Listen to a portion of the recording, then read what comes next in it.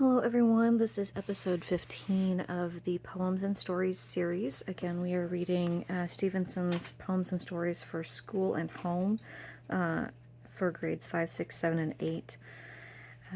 I apologize for the hiatus over the holidays, but we'll go ahead and get back into it.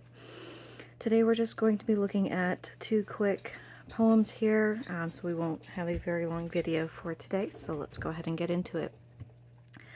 First poem is titled, The House with Nobody in It. Whenever I walk to Suffern along the Erie track, I go by a poor old farmhouse with its shingles broken and black. I suppose I've passed it 100 times, but I always stop for a minute and look at the house, the tragic house, the house with nobody in it. I never have seen a haunted house, but I hear there are such things, that they hold the talk of spirits, their mirth and sorrowings. I know this house isn't haunted, and I wish it were, I do, for it wouldn't be so lonely if it had a ghost or two.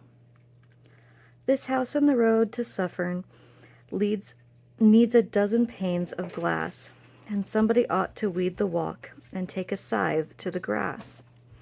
It needs new paint and shingles, and the vines should be trimmed and tied. But what it needs the most of all is some people living inside. If I had a lot of money and all my debts were paid, I'd put a gang of men to work with brush and saw and spade. I'd buy that place and fix it up the way it used to be, and I'd find some people who wanted a home and give it to them free. Now, a new house standing empty, with staring window and door, looks idle, perhaps, and foolish, like a hat on its block in the store. But there's nothing mournful about it. It cannot be sad and lone, for the lack of something within it that it has never known. But a house that has done what a house should do, a house that has sheltered life, that has put its loving wooden arms around a man and his wife, a house that has echoed a baby's laugh and held up his stumbling feet, is the saddest sight when it's left alone, that never your eyes could meet, or that ever your eyes could meet. So whenever I go to Suffern along the Erie track, I never go by the empty house without stopping and looking back. Yet it hurts me to look at the crumbling roof and the shutters fallen apart, for I can't help thinking the poor old house is a house with a broken heart. By Joyce Kilmer. And our next poem is called Somebody's Mother.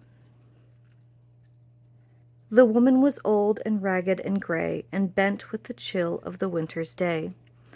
The street was wet with a recent snow, and the woman's feet were aged and slow. She stood at the crossing and waited long, alone, uncared for, amid the throng of human beings who passed her by. None heeded the glance of her anxious eye. Down the street with laughter and shout, glad in the freedom of school let out, came the boys like a flock of sheep, hailing the snow-piled white and deep. Past the woman so old and gray, hastened the children on their way. None offered a helping hand to her, so meek, so timid, afraid to stir, lest the carriage wheels or the horse's feet should crowd her down in the slippery street. At last came one of the merry troop, the gayest laddie of all the group. He paused beside her and whispered low, I'll help you cross if you wish to go. Her aged hand on his strong young arm she placed, and so, without hurt or harm, he guided the trembling feet along, proud that his own were firm and strong.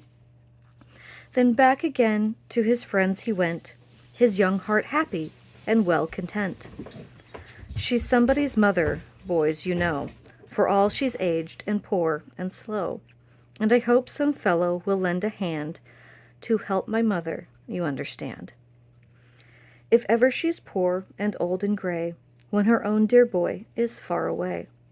And somebody's mother bowed low her head in her home that night, and the prayer she said was, God be kind to the noble boy who is somebody's son and pride and joy.